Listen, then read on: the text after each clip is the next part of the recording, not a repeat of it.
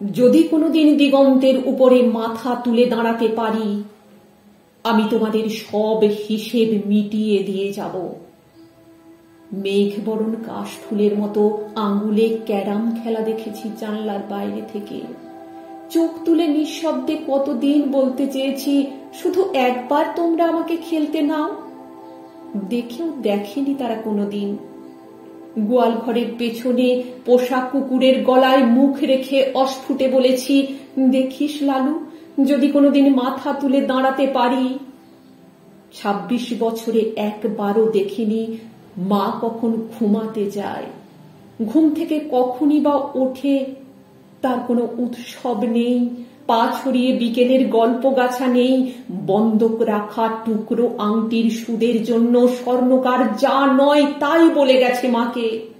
ঘরের পেছনে দাঁড়িয়ে নিঃশব্দেই সব শুনেছি কতবার।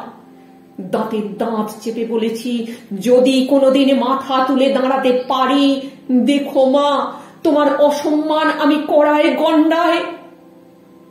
অন্ধকারের সামনে দাঁড়িয়ে বলেছি, এসো না কেউ, অন্যদিকে যাও। প্রতিদানে অর্গল বন্ধ।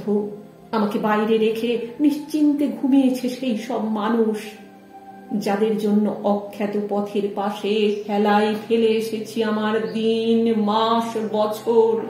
একবারও কেউ ডেকে বলেনি, তুমি আমাদের পর নও।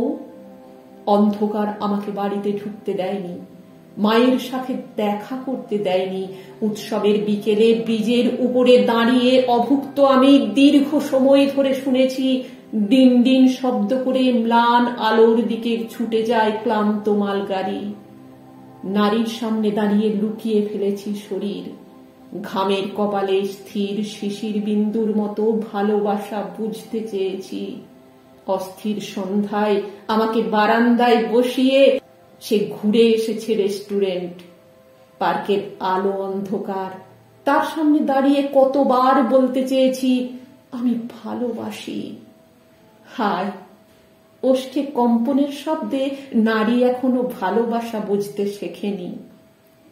তোমাদের অনাদর অবজ্ঞার ডানার ঝাপটায় মাথা নিচু করে দাঁড়িয়ে রয়েছি আমি, প্রিয় 26 বছর। যদি কোনোদিন দিগন্তের উপরে মাথা তুলে দাঁড়াতে পারি, আমি তোমাদের সব হিসাব কড়ায় গন্ডায় মিটিয়ে দিয়ে যাব।